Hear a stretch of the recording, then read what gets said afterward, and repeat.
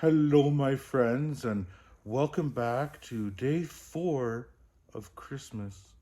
Stories with Santa. Now let's see. What story do you think we will have today? Here it is, right on the front. A beautiful little puppy dog in the window. How much is that doggy in the window? The one with a waggly tail. The Emperor and the Nightingale. Look how beautiful it is.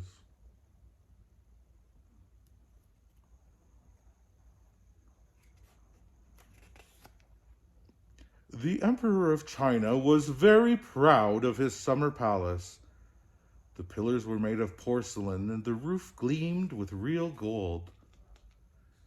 The palace garden bloomed with rare flowers.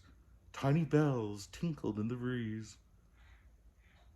One day the emperor was reading about his palace. He read, "The palace boasts many wonders."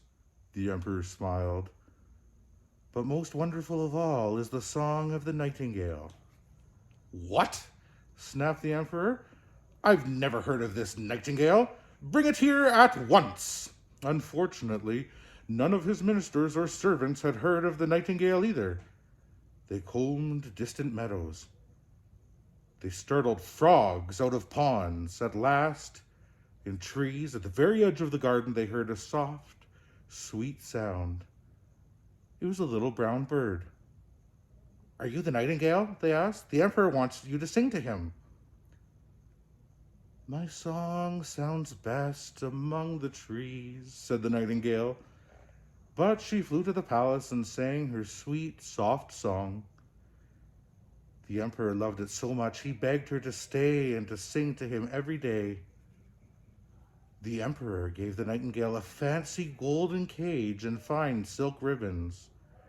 "You shall have the best of everything," he said. He invited musicians to play alongside her and scholars to write about her. A while later, on the emperor's birthday, a gift arrived.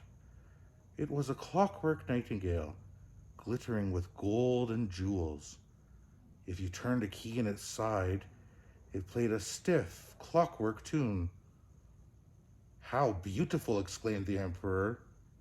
Dazzled, he had eyes for nothing else. The emperor played the clockwork nightingale every day and every night. He forgot all about the little brown bird.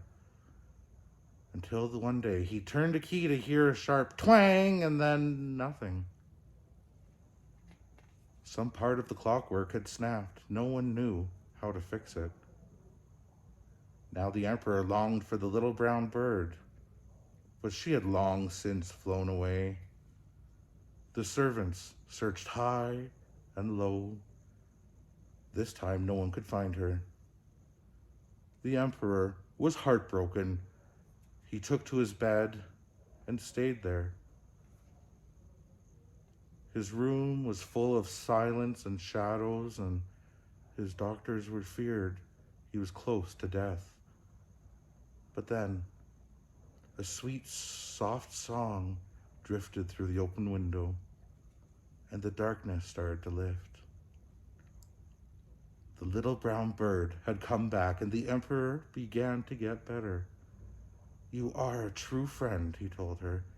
"Please stay with me like before." "Not in a cage," replied the bird, "but I will make my nest in your garden and visit you often." And she did. The Emperor and the Nightingale. Now, I hope you enjoyed that story as much as I did. Join me again tomorrow for the next day of Christmas and another Story with Santa.